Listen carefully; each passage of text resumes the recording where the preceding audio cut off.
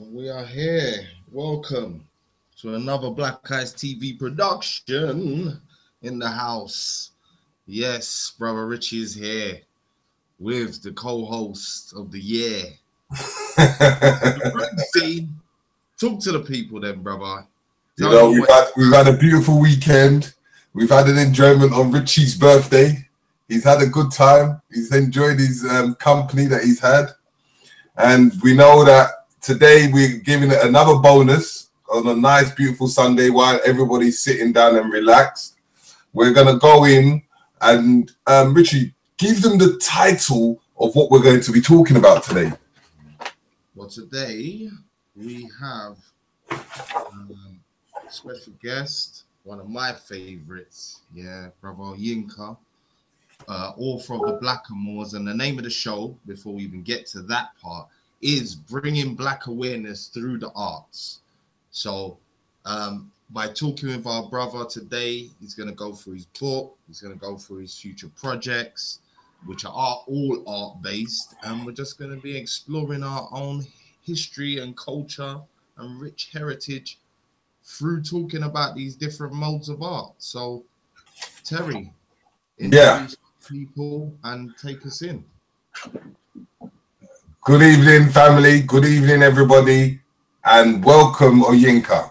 Welcome, Tanya. And the famous director, I've forgotten his name right now. Salim. Salim. Brother Salim. So now we're coming with a presentation of understanding the awareness of Black presence in art. And ONYEKA, I just want you to just give them an abbreviation of just where you have come from and the book that you've established from the BLACKAMOORS to this new venture that you have done. Well, what we are doing here is trying to ensure that people have a more well-rounded perspective on history. History, especially our history, how the missing pages of world history and the way in which people talk about world history. They talk about world history in an absence of the African contribution to it. So it ends up not being world history, but somebody else's history instead of history. So what historians try to do is that they write history accurately so that it not only reflects on Africans, but ultimately reflects on world history, so that we have a perspective of how the world functions, but from an African perspective. So this methodology means that historians revisiting or reviewing the way that human beings look at the world. Now, the people who are going to read a history book, we hope that it's going to be hundreds of millions, 200 million, 300 million, a billion people will read a history book. It's not often that it's going to be 100 million people that read history book. More likely, they'll watch a TV program. More likely, they'll listen to some music. More likely, they'll engage in some other sort of media activity, art-based activity that has a wider cross-spectrum of perspectives and ideas. So what historians also have to do, if they want their material to be absorbed by other people, is that they need to make sure that their materials are translatable into other mechanisms, other mediums. They make sure that their materials, their information is passed on through the music industry, passed on through the art-based industry. And that's what we're doing here. So this play, Young Othello, was written at the same time the BLACKAMOORS was being written. And it was written over about 20 years, 20-year period. In the last 7 years in particular, over a 20-year period. And it was written to be a play, to be performed on stage in a theatre, and to bring across some of the ideas that's in BLACKAMOORS as a book, but also is meant to be entertainment in all the senses of that word, and edutainment. So it's there to entertain and also to educate. So that's what Young Othello is about. It's about looking at the life of the character called Othello by William Shakespeare and thinking about what he was doing when he was young. What life did he live? How did he survive? what things did he get up to? Now, most people, when they read Othello by Shakespeare, are quite alienated from William Shakespeare's Othello, because they look at him and they think that man's stupid. There's a lot of stupid things. He believes in his friend who's a devil. He kills his wife, then he kills himself. You know, that story doesn't have a lot of resonance for a lot of people of African descent. So we look at it and we think we can't relate to it. It's, in fact, some people even say that the story is actually a racist story, that he's a racial stereotype, you know, 15th, 16th century stereotype, and that Shakespeare didn't know any African people. But my research and other people's has proved that there were people of African descent living in England at that time. So he's not just a stranger or an other or a stereotype. There were real people that Shakespeare could and may have known who were of African descent. Right. So then I thought, as someone of African descent, let me revisit this story in such a way that I can relate to it. I want to know what young Othello was like. I want to know how he ended up the way he was. I want to know how he became the person that he was. That's my story that I want to know. And that's a story that I think a lot of other people would want to know. And I thought it's best that I tell that story rather than somebody else tells that story. And they write it in such a way as just to continue the stereotypes. So I thought, okay, what was young Othello doing? Now, I thought, first of all, are there any kind of modern similarities, modern people who, when we look at their later life, we get sort of disenchanted from them, from how they were when they were young. So I thought, look at Michael Jackson, how Michael Jackson died in kind of ignominy, suffering, and also is sort of distant from the African community when he died. And many people of African descent have sort of lost any connection to Michael Jackson. But he didn't start out that way. He started out with an afro with his brothers as a family, Jackson 5, you know, managed by his father and his mother. He started out as part of a community, but he ended up, once he became successful, alienated from that community, separate from that community in another world. Bill Cosby the same way. Part of a community, he was a comedian, you know, speaking at one point to Africans, and then eventually he ended up rarefied, accepted and endorsed by the establishment, and he ended up in some ways less part of the community that he came from. Same thing Richard Pryor, exactly the same thing. Started out as part of a community, was a comic, comedian working within the African community, African-American community, and then became rarefied. O.J. Simpson, same way. So all these people that appear within the modern framework had relatively ignominious deaths, ignominious ends, or in some cases now disenchanted, incarcerated, etc. But it didn't start out like that. So if you looked at the story, for example, even of James Brown, and you saw him in his later life as an older man, and then you tried to work out, well, is this the only story about James Brown? No, you'd have to go back to him in the 50s and the 60s with an afro, doing the splits, revolutions in music to understand the later James Brown. Exactly the same with young Othello. If you start out with the older Othello, as the decayed man, as the man who is unsure of himself, the man who listens to lies, then you never get a picture of that African. Relate to him because he seems too weak, too confused. So by contextualizing Othello and telling the world about this fictional person in a different way, it enables us to contextualize the lives of Africans who are living today. Contextualize the lives of our entertainers, our famous people, in the same way as they become disenchanted, disconnected from, become endorsed, supported, and isolated, and sometimes end up ignominiously, you know, Whitney Houston, etc. They didn't start out like that. So in the same way, young Othello has a story that begins with him being young. It explains why he ends up the way that he does. It explains how he ends up the way that he does. So in some ways, it issues a kind of warning to us all about the things that can happen. Okay. So on the facts, like we wanted to ask, because you know a lot of people they they find artwork very hard to understand. And I want you to kind of give us an abbreviation of that black presence of it being that most of the art in them periods of time, it was a kind of a form of a language. I want you to kind of give us a description on that.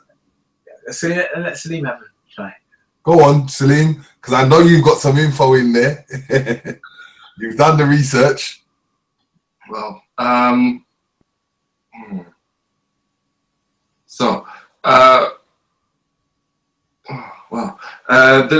the language of it, it's because you know, like, okay, let me give you an example. Your own trial with it. That's the way to get into it. Right. So when I started doing Shakespeare and all that stuff, I started at drama school. I went for 3 years at drama school. They taught me through Shakespeare, many other different things. Right. I was taught that when I was taught Shakespeare, it had a sense of a hierarchy to it. It had a sense of, it was a European thing. Like it was something that I couldn't really connect to because there wasn't anybody that looked like me in there, or if they were, there were so few of them. But it's something that you need to get into the rhythm of it. You need to get into the understanding of it. It's like any other language. You need to sit there. You need to think about it, and you need to study it. And once you study it, you understand that it's words. It's just a way of saying another thing. Just like we would go with. Just like we would speak in slang or anything like that. It's just another way of them explaining what they felt, but in maybe a more rhythmical way. But still, it's the same sort of thing. It's beautiful. It's okay. No, just put it in other words, in a format that since you've joined and you've done this directing to this Othello, and for you to able to discover your identity, because you know a lot of people, they will say, you know what, you want a bit of facts here and there and understanding on the knowledge that you have learned and able to see the artwork and the information, let's say from the Blackamoors and artwork you see out there. What kind of understanding do you gravitate from it for yourself? Right. So for myself, I for a long time I thought that I was somebody that came around the my people were people that came around the 1960s, around that time, and that beforehand we didn't really have a place in Europe or anything like that. Reading this, reading Blackamoors, understanding and doing the research, it shows that I have always been a part of this history. It's not so just because they kind of erased me from history doesn't mean that I wasn't there. It's given me a better understanding of myself, in the sense that Othello is somebody that a lot of people of my generation, black men of my generation, can relate to, can understand certain things that he's going through. Mm-hmm. The young Othello, yes, and it does kind of serve as like ONYEKA said, it serves as a warning. If I follow in the footsteps of young Othello, I could also turn out confused and broken, in the sense that Othello is later on. Okay, but in today's world, how would you say you could compare that history of that past into what you are reflecting today? Again? How does it reflect the past into today? Well, the past always reflects what's going to happen. It's a circle. It will always come around again. The issues some of the issues that were pertaining in the past are the same-ish in the present. It's very cyclical. It comes back again. Every time it will come back again. So yeah, it's just something. Richie, is there anything you need to ask right now? I mean, you know, all I want to say and remind the people that are watching, one, the title of the show today, bringing Black awareness through the arts. And again, I want to stress to people, if they don't know about Brother ONYEKA and the BLACKAMOORS book and some of the information that he's bringing to light, as well as ongoing projects like this Othello project that we're talking about now, you can go to Black Eyes TV 7 and see a nice quick interview with the brother, and also see some segments from him giving a lecture to a crowded house where he's basically going through prominent figures throughout history, obviously that were Black in UK and European history. One of the things that I just want to, you know, re-emphasize that the brother was saying, that yeah, time is in a circular nature, and I think one of the things I gained from the BLACKAMOORS to listening to Brother ONYEKA explain about this Young Othello project is that, again, things keep coming up and going around all the time.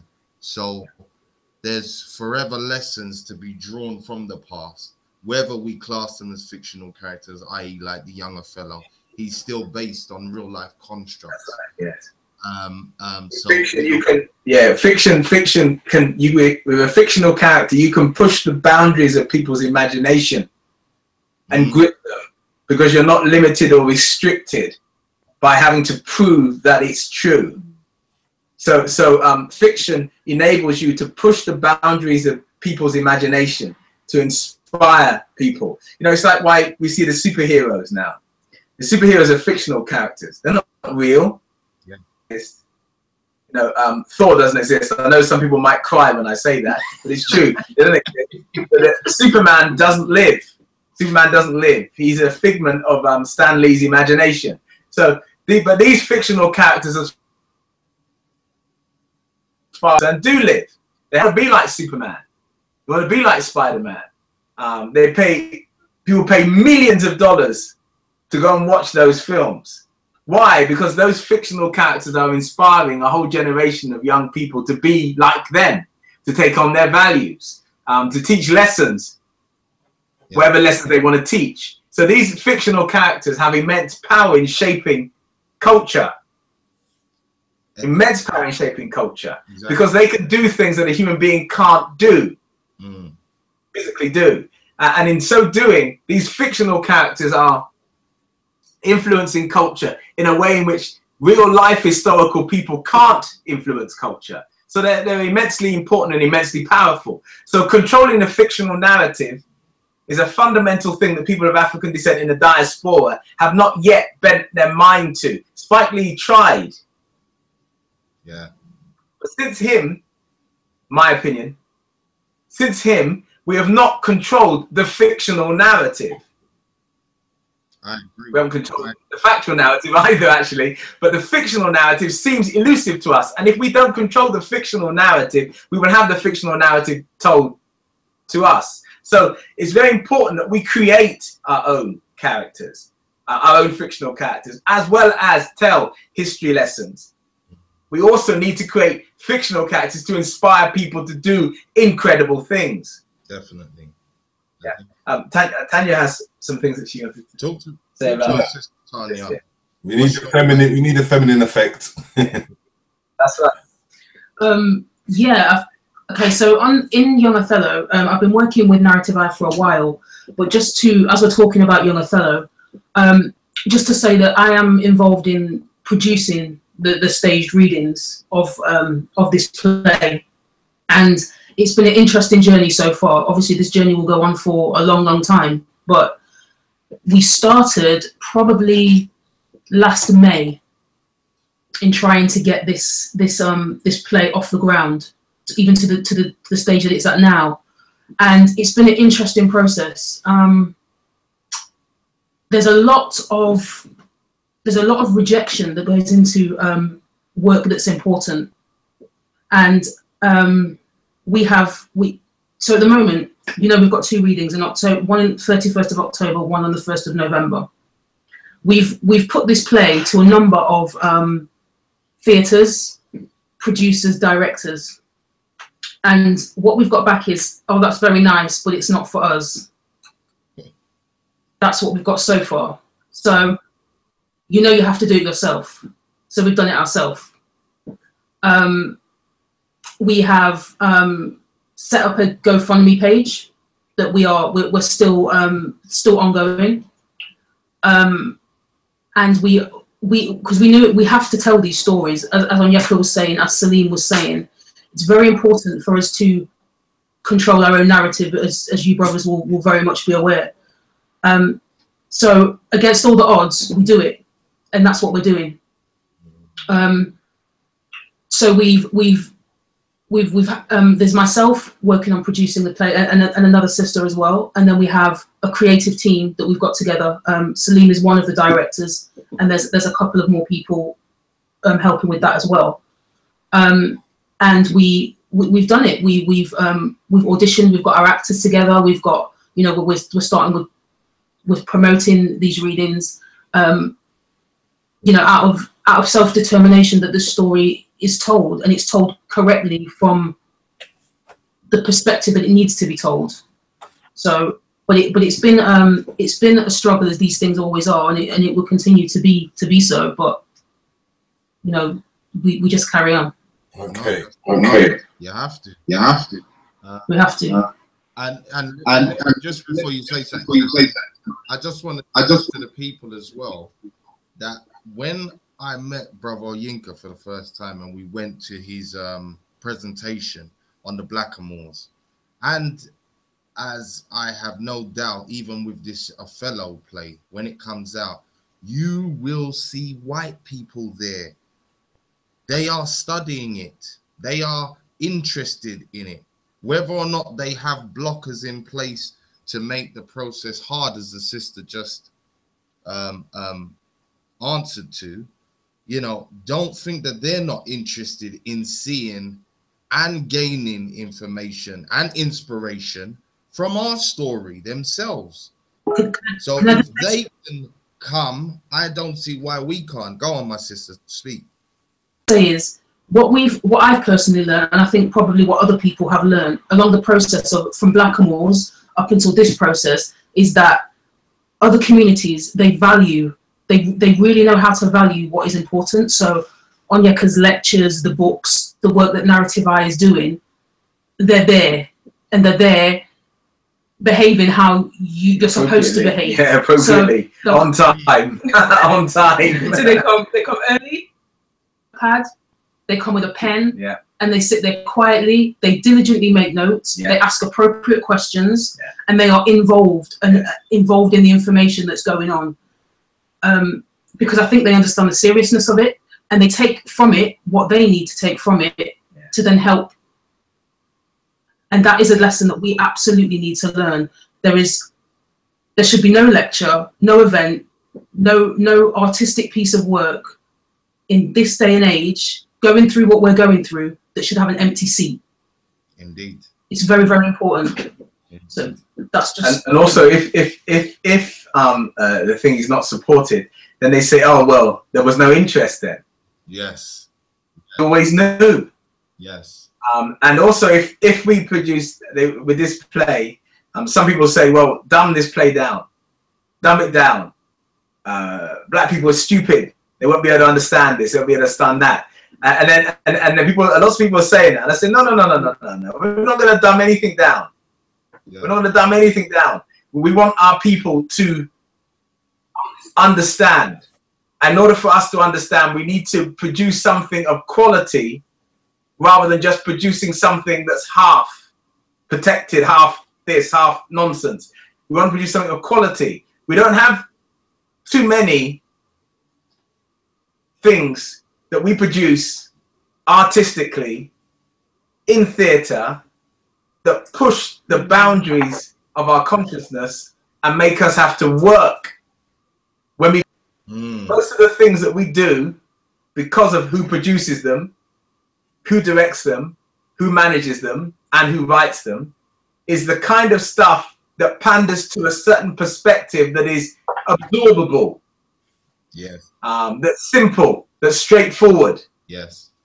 And as a result, our people come out with a half answer. Then I figured it all out. Oh, that's it. Oh, yeah, that's it. There's nothing, there's no boundary being pushed. Yeah. This play will push people's boundaries.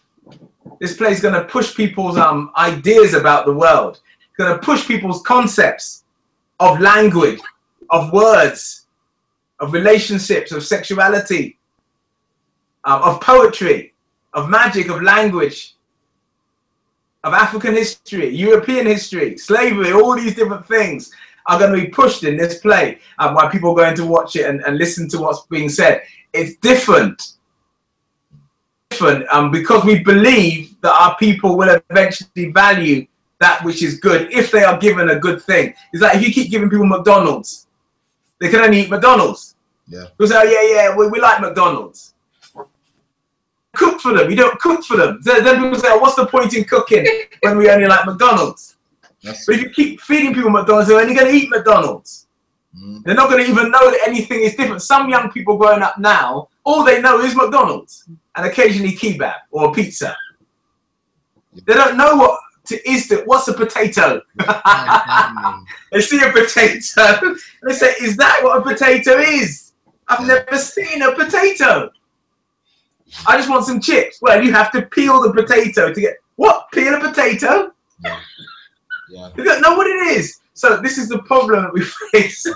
Yeah, this is the problem we face. We need to present a full picture to people and give people the respect of growing up thing of quality rather than just giving them the same old junk food. Okay. Unyieka, you know, like for our ONYEKA. Yeah, I say the Nigerian way. The Nigerian way is no, it's not. It's actually ONYEKA. It's actually. All right, we can debate on that one. But you know, I want to. You know, I always say that in every show we have, I like to give some form of gem of information, and I'm going to take out a gem out of your book, The BLACKAMOORS. Because I want to give someone an insight so that they can say, you know what, I'm going to go out there and buy that book, you know, because that book has got tremendous information, tremendous referencing. So I want you to kind of break down the information on the first letter. Today, we're not going to be talking about that. You snapped that one in. This play. You know why?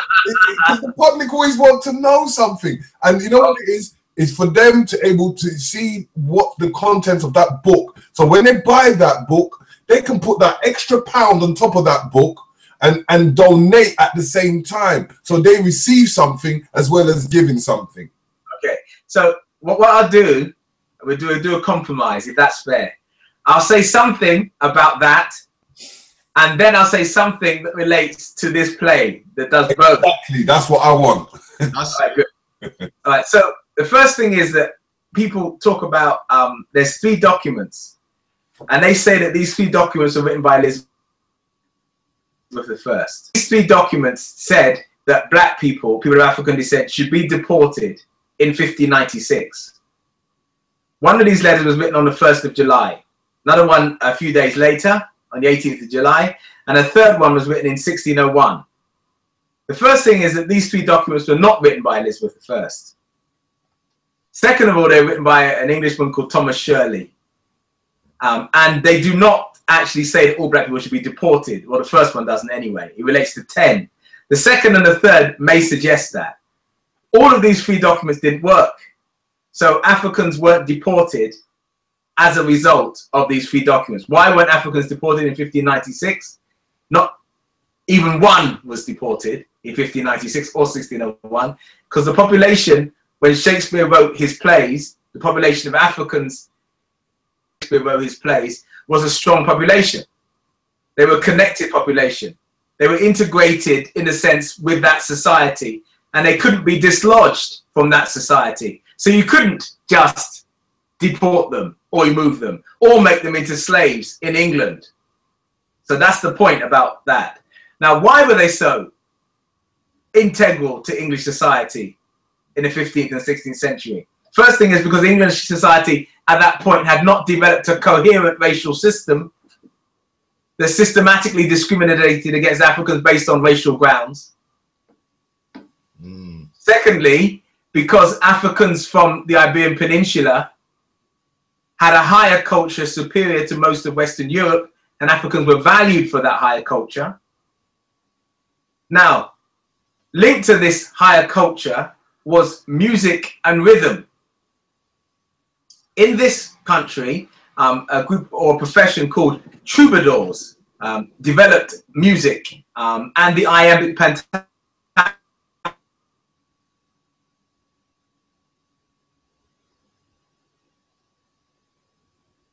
Hello, Richie. Yeah, brother. Is it frozen? While people are waiting, you know, there is what we call the Blackamoors of Tudor England. If you have the opportunity, cop this book and donate to it. And don't forget the Othello in October. Go to narrativeye.com and you can get all that information. We're trying to see, because we have a slight technical problem, see what's happening. And then we will try to get them back. While you do that, Richie, have you anything to say at this precise moment of what you've heard so far? Good information. Just re-stressing to the people the importance of valuing our information, valuing our past ancestors that have come before us and have done great things, not just in Africa, but here across Europe, which again is a little known fact to a lot of people. That's why it's important for people to go to the channel, go and look at the Blackamoors, brother OnYEKA video interview, and look at the lecture that he's giving, because he is just giving name after name of prominent black people who are doing big things in the UK and here across Europe. And again, I read, I look into certain things, but I am telling you now, I defy most people to go to one of his lectures or read the book. You won't know half of those people existed. And one of the killer things about his lecture is I love the way he shows the descendants now of those same black people. And a lot of the time, crazy enough, they're white. So again, you will not know this history unless you go and investigate, research, get the book, support the claim, start to generally appreciate and value your own information. Could you see that? Could you see that? Can you see that, Richie? I can see that. This is like a few descendants of the Blackamoors in the Tudor England period. And that's what I'm saying. It's a problem.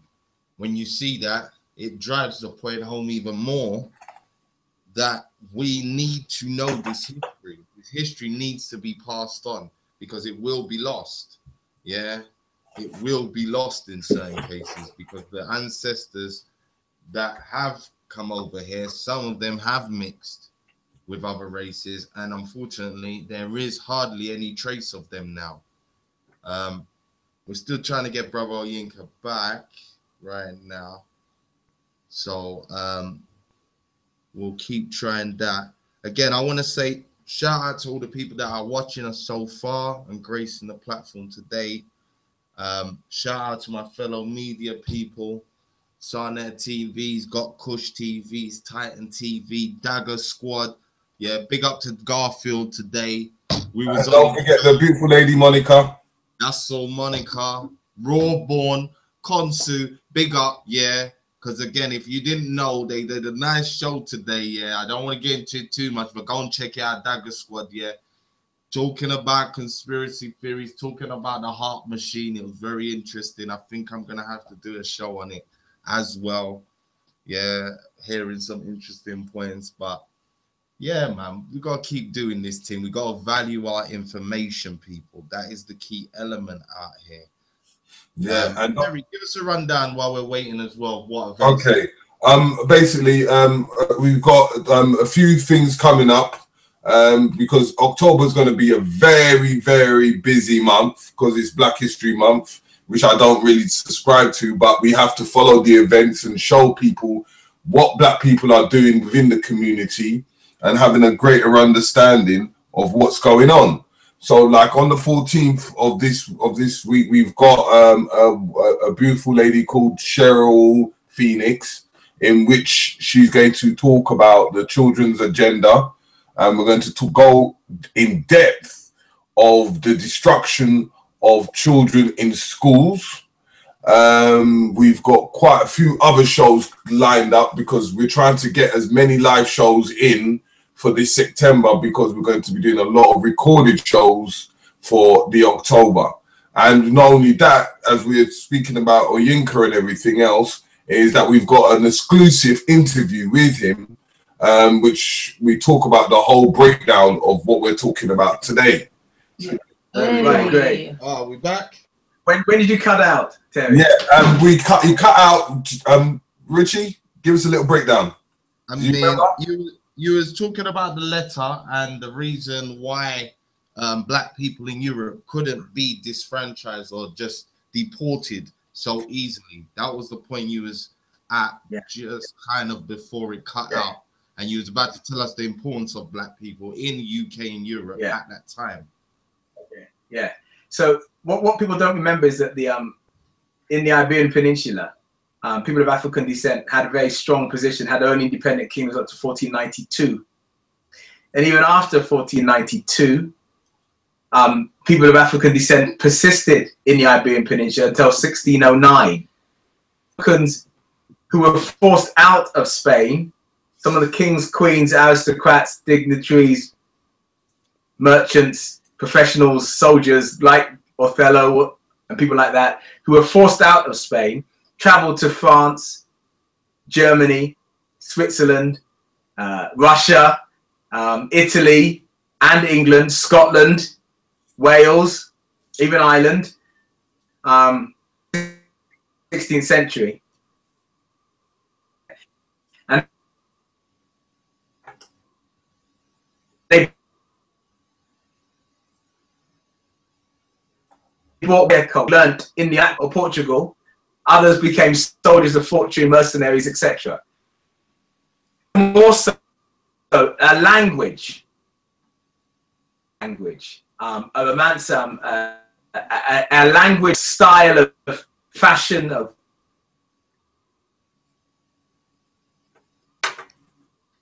this very rhyming language, very poetical language that we now call the Iambic Pentameter, the 5 beats per line, which is actually based on the drum, di-dum, di-dum, di-dum, di-dum. It's actually patterns or mirrors ordinary rhythmic speech. So this Iambic Pentameter was pioneered by the Moorish troubadours.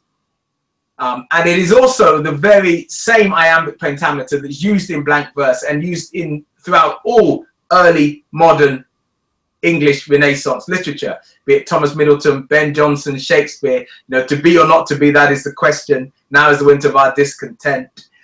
All that glitters or glisters is not gold. Has not a Jew eyes, those type of phrases that come from Shakespeare. All of those phrases are in the Iambic Pentameter. They're in the blank verse. Age will not wither, nor fortune stale her infinite variety. You know, that's the iambic blank verse. And we think of it as a very English thing, but in fact, it has its root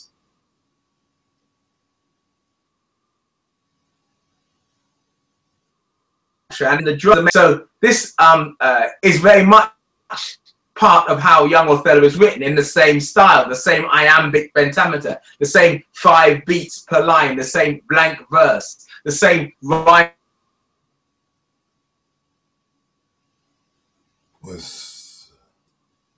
Sorry about this, people. Yeah. There you go. Yeah, you was freezing up a bit. Your signal. Oh, what was that? The signal was dropping. Yeah, just continue that point, brother. Which point was that?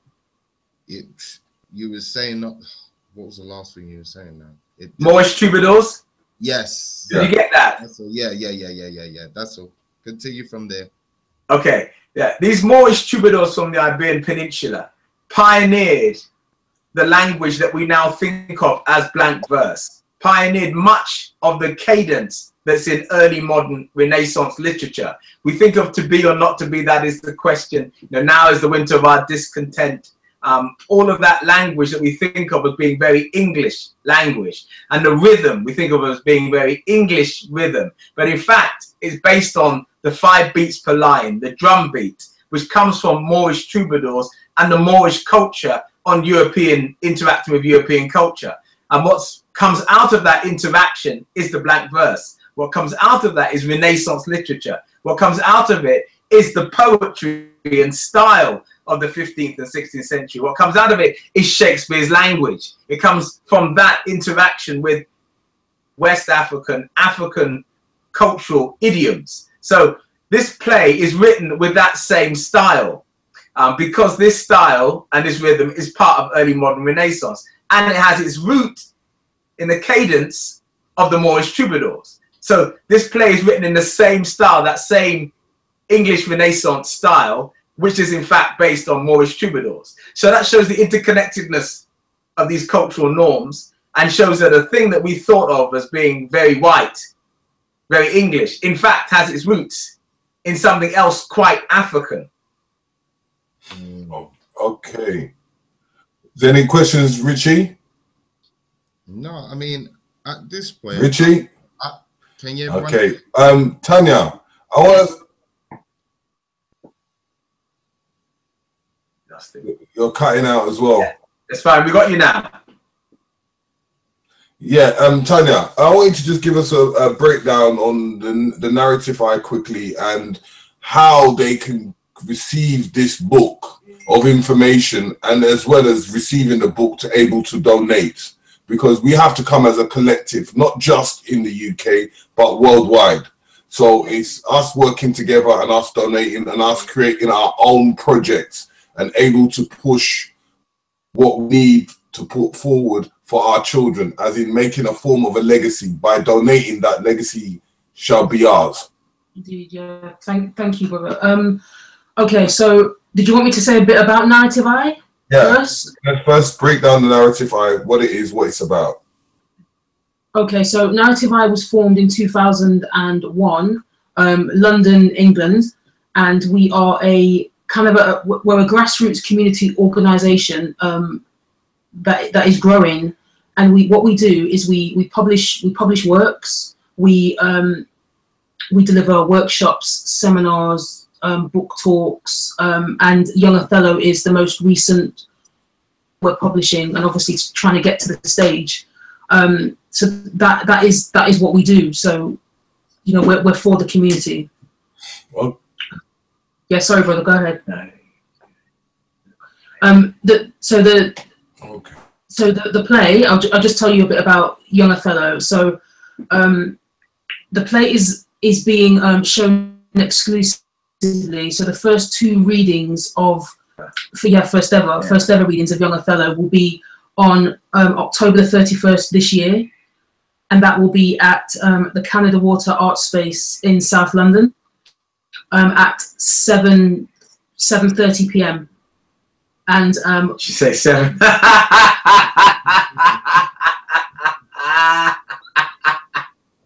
You say 7, they'll get there at 7. No, I shouldn't say that. I didn't mean that. Go on, please. Go on, just say. You say 6 o'clock. Sorry, Tony. Terrible. Okay. So curtains up 7:30. Get there for at least 7. Yeah. And then the second performance will be on the next day on Wednesday, the 1st of November. Again, curtains go up at 7:30. That will be at the Courtyard Theatre on Pitfield Street in Shoreditch, so just off Old Street. It's on the border of Hackney, isn't it? Yeah, it is. Yeah. So the way that people, so both events are free, and the way that people can get tickets. Just tell them it's free again. It's free. Yeah. It's free. It will cost you nothing.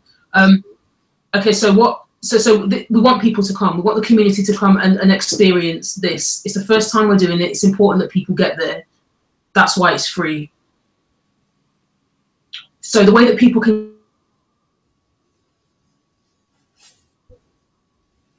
get their tickets is through. So if you go on www.narrative-ie.org.uk, there is a link for Young Othello, and you'll be able to get. Difficult. Sorry, brother. It was just experiencing a little bit of difficulty. Repeat the website that they can go to actually link to finding out when and what time the.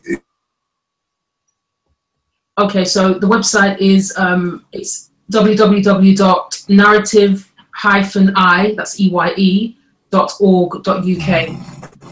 and there'll be links that you can click on for the Eventbrite, and you can buy your tickets there and then. The other thing I wanted to say, brother, is that we are still raising money for our GoFundMe campaign for this project to grow and get where it needs to get to. And there's also a link on the Narrative Eye website for people to donate to the GoFundMe page. Or they can just type GoFundMe Young Othello. Or they can just do it online. If you just type in GoFundMe/Young Othello. All right. Could you repeat that one more time? Just one more time.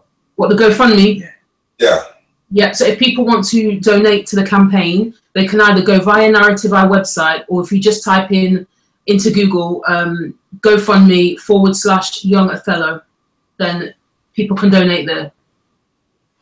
Okay, so Mr. Director Man, give us some experiences of behind the scenes of what you've been doing on this Othello.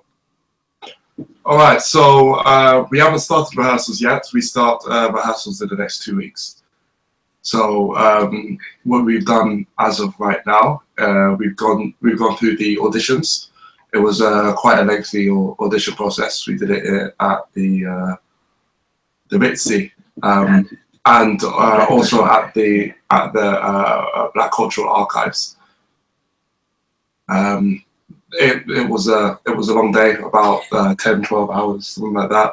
And how many actors did we see? On the first auditions, 100 actors. Yeah, about 100. We saw about 100 actors on the first day. We narrowed it down. We've narrowed it down to 8 actors, and halfway through October 16th, we start rehearsals, and then we'll have more for you. If you wanna find out more about the rehearsals and all that stuff, you should follow us on Twitter. At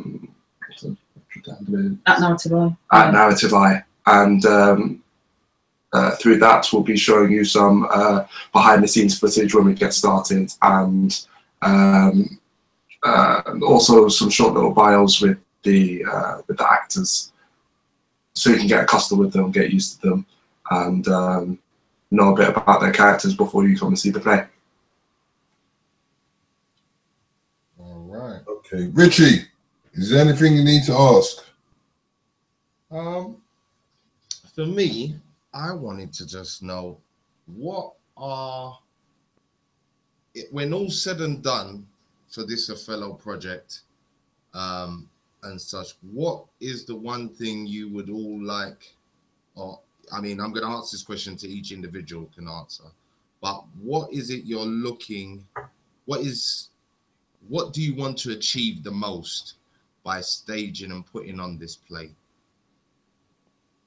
And we'll start with the director and brother and sister Tanya, and then we'll end on the main man himself. So putting on this play, I would people like me, people of my generation in particular, understand to understand the warning part of it, to understand that in your what you do now may have consequences in your future. I want them to understand that you can be controlled, you can be manipulated, but if you stick to the stick to what you've been taught, stick to what you've been taught by your elders and whatnot, you can stay on the right path. Okay. Sister?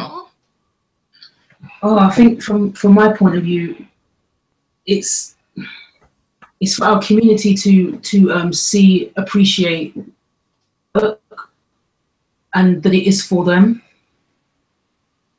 for them to engage with it. Not only just come to see it, but they take it on and have some responsibility for it growing as well. Perspective working on the play, I want people to come and see it so that it starts to breathe a life of its own. So we get people in the audience that say, okay, I like this, let's talk, let's see how we can make it grow even more. So for example, doing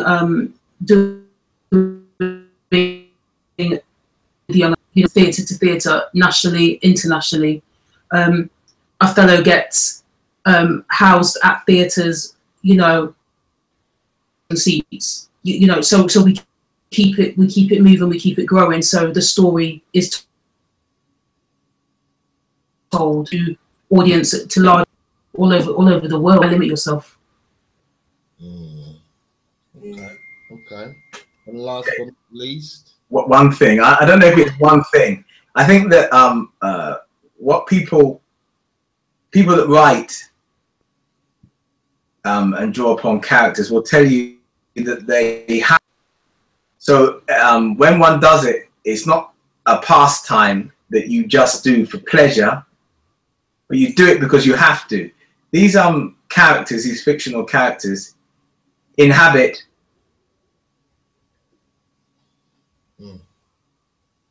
Hold up, brother. You're breaking up a bit. Can you hear the us? Real. Hold up, brother. You're breaking up. You're breaking up. Taking. Can you hear me? Yeah, sorry. Just go back about 10 seconds because it was just chopping in and out, so we couldn't actually hear you. Sorry about that, bro. So I don't know if it's one thing that I can say, but it's more like an explanation. When one writes a fictional character, these fictional characters are real in the fictional spiritual world in which they exist. They are real people who are constantly speaking to you as a writer. They inhabit your head, your mind, your spirit, and your space.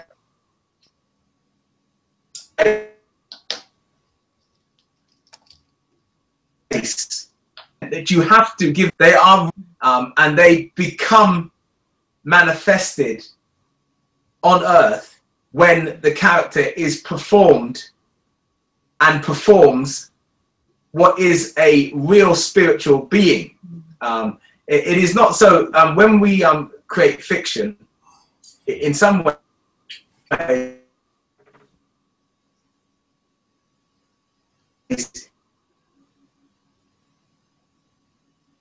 we're losing you again, brother. It's quite dangerous because you conjure up. The tendency in the past has been that when we create fictional characters, these fictional characters end up destroying us. You know, like people like Shaft. When you look at Shaft again, you see actually, despite the some positive things that he does, things that Shaft does.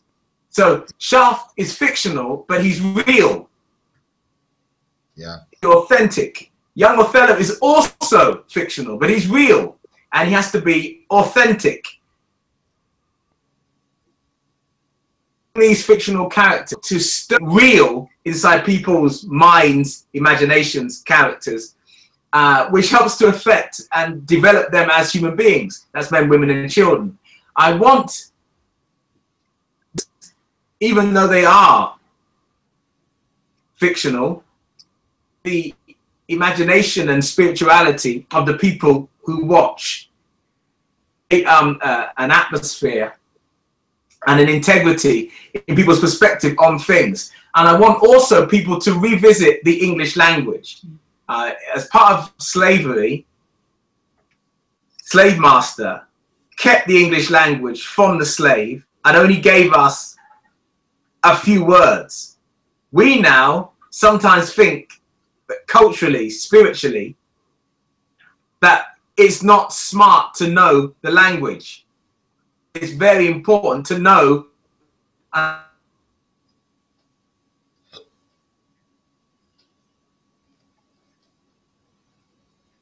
understand because for the languages, etc.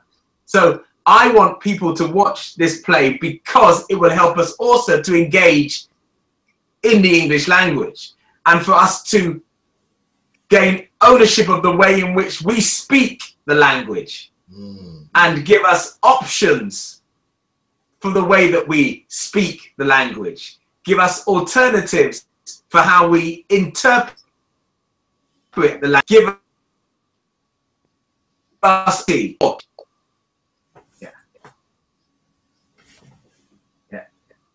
Yeah, listen, I'm totally hearing you, even though it was chopping up a bit there.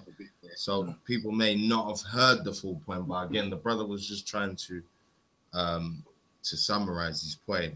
Just make the point that we need to investigate the language that we speak, whether we want to call it Old English, Latin. You know, these forms transfer, sorry, subtle nuances. Correct. Of thought, That's spirituality, right. conduct, correct. moral systems. So I think that is what the brother's getting at.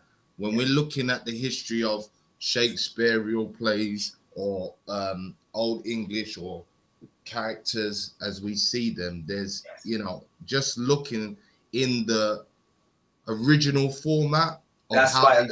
Yes, that's right. Will convey a message in itself. That's right.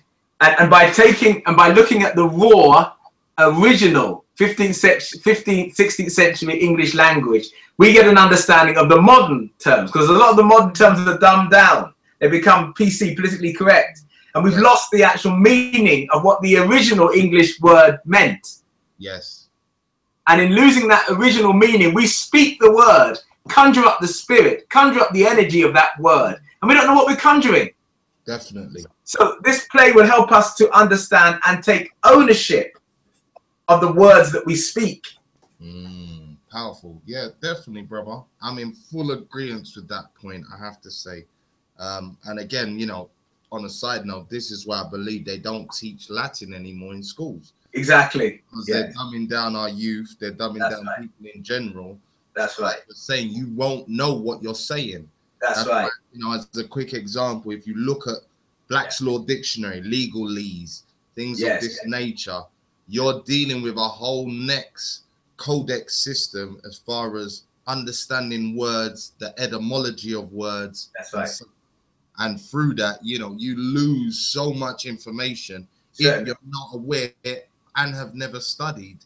That's these correct. people speaking. So I'm totally with you. And I, you know, again, I want to encourage the people to go out there and purchase the brother's book, Blackamoors, in Tudor England. And I definitely want to encourage everybody to support the Othello, young Othello, should I say, young Othello play that's up and coming. We will have all the links for how to get to the GoFundMe page, the dates of when it's being shown. Those will be posted up. So if that's you great. Thank you. Description link, you'll be able to see that, people. You know, I just want to say thank you myself for coming on, and again, blessing Black Eyes TV 7. Thank you. With the information. Terry, you got anything you want to add before we close this up? It's giving the people out there to have a greater understanding of what everyone is trying to do by us connecting all these dots and creating that form of legacy. As I always call it, the power moves is actually putting something down. So if you're even donating or you're buying a book, you are creating that legacy to stretch as far as it can go.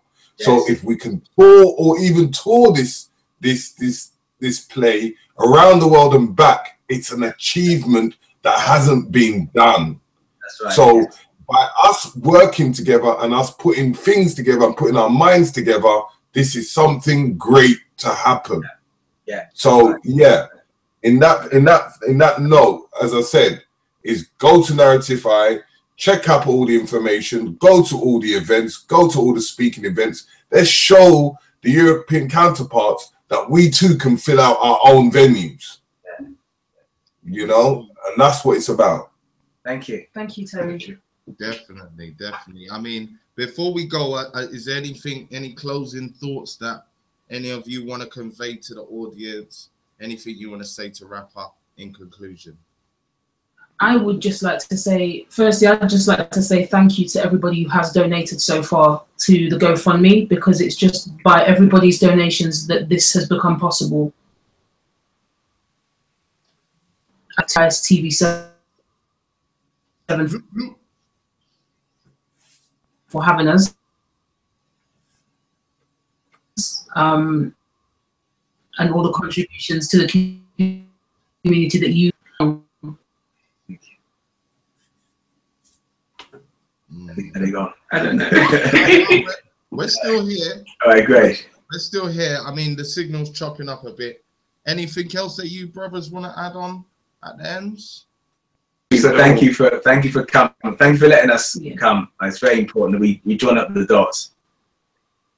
No, that's. Oh yeah, and Richie, I just wanted to just put it out there is that we've got a one-to-one interview with ONYEKA on our catalogue, and we have something new that we've done while they were rehearsing. So it's something that they should look out for and log on at that same time.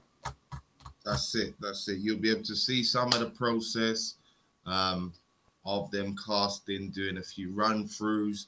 As Brother Terry said, you'll be able to see the interview with some of the Narratify staff, as well as Brother ONYEKA as well. So yeah, check us out. Great. I want to thank everybody for tuning in today and supporting Black Eyes TV, and we will be coming soon with some more shows. I mean, we've got a show on the 14th. That's it. On the 14th, 9 o'clock English time, 4 o'clock American time. It's, as I said before, it's about the destruction of our children in schools. And we have a pleasant lady who's called Cheryl Phoenix from the UK perspective, and we have a woman called Dr. Mayat and her mother on the USA perspective.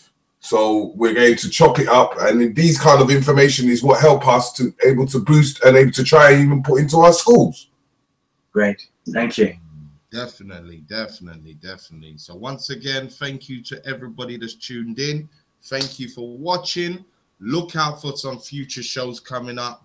Black health of our children. As Brother Terry said, more educational shows, more relationship shows, more financial shows coming up, and more comedic science shows as well, dealing with our Black history, our Black presence in Europe, UK, and across the world. So again, thank you everyone for tuning in. It's been a nice, short, sweet, to the point, informative show. And remember, watching YouTube channels is great, but at some point, go and pick up a damn book, yeah, and do some reading. And some research, because you can only get a certain amount from a video. You understand? It's about research. Yeah, it's about finding out and putting true value to our information. Yeah. You know what? I just wanted to mention something, and I always say to people out there, instead of keep on going to the library, yeah, do some research and go to the British archives, because no one really goes there. And it's time for people to start to research and find documents that needs to come out into the light. Because we always this thing that we go to the museum, we see the artifacts, we say, wow, and then we go home and we forget. Yeah. But if we do the research and start to search for things, we shall find. That's true. What was in the dark will come into the light. Yeah. What was hidden in the dark will be revealed in the light. That's it. That's it. That's it. So once again, thank you everyone for tuning in. You never know, we might come back on a bit later. You never know. I want to say shout out again to all the other black media outlets: Black News 102, Bubba TV, Black Magic, Got Kush, Titans TV, HMP TV, Content Over Everything. Big up, all doing a sterling job, bringing that information to the people. Big up to all the supporters out there of Black Information on a whole. Yeah, stay safe. Shout out to all the people, family members that are stuck in hurricane areas right now. People that are here in the UK worrying about them. Our thoughts and prayers go out to them. Yeah, and yeah, thank you again for tuning in. Peace out, people. Thank you. Thank you. Bye-bye. Bye. Sweet.